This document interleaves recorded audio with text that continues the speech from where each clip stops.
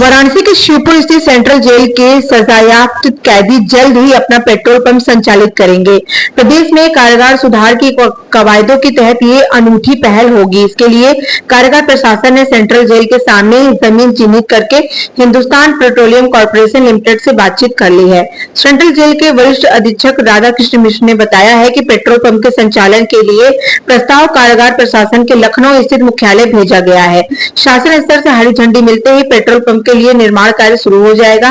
कैदियों के लिए सेंट्रल जेल की सुरक्षा भी दी जाएगी ताकि उन्हें किसी प्रकार की कोई भी दिक्कत ना हो और जो कैदी हैं उनके परिवार के लिए भी जो कैदी कार्य किए रहेंगे उसका उचित वेतन भी भेजा जाएगा ताकि कैदियों के बच्चे आगे को पढ़ और लिख सके।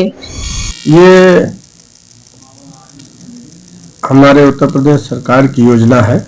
मुख्यालय के स्तर से हमारे डीजी साहब श्री पीवी रामा शास्त्री जी के निर्देश पर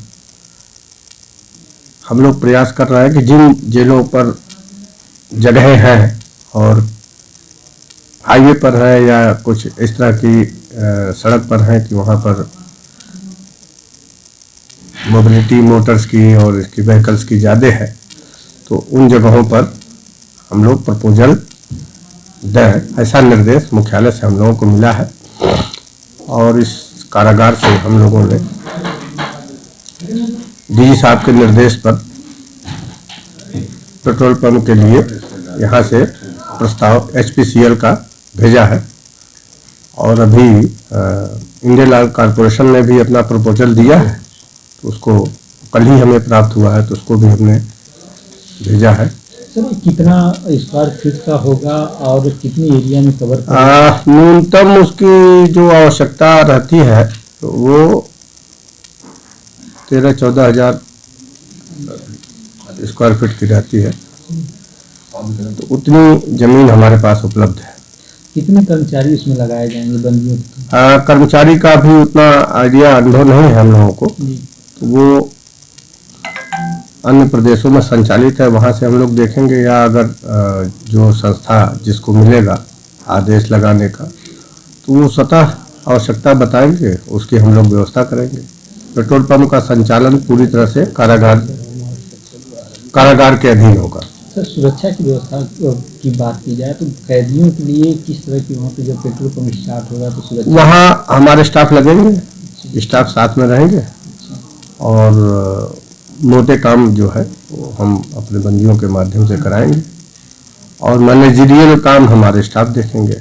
तो मिला जुला के कहा जाए कि कैदियों के लिए एक रोजगार का सृजन होगा। हाँ जी, उद्देश्य हमारी उत्तर प्रदेश सरकार का, माननीय मुख्यमंत्री जी का या हमारे डी साहब का जो उद्देश्य है वो यही है कि बंदी जब तक कारागार में है, तो चूंकि ये सेंट्रल जेल है, यहाँ लंबे समय तक उनको रहना है, तो ऐसे में उनके परिवार छिन्न भिन्न ना हो, बच्चों का पालन पोषण और उनकी पढ़ाई, बेटियों की शादी वगैरह में दिक्कत ना आए, तो उनको इस तरह से हम लोग काम में जोड़े रहें जहाँ से उनको कुछ अच्छा लाभ धन का प्राप्त हो सके और निरुद्ध रहते हुए ही निर्वहन कर सकें, ये उद्देश्य है इसका।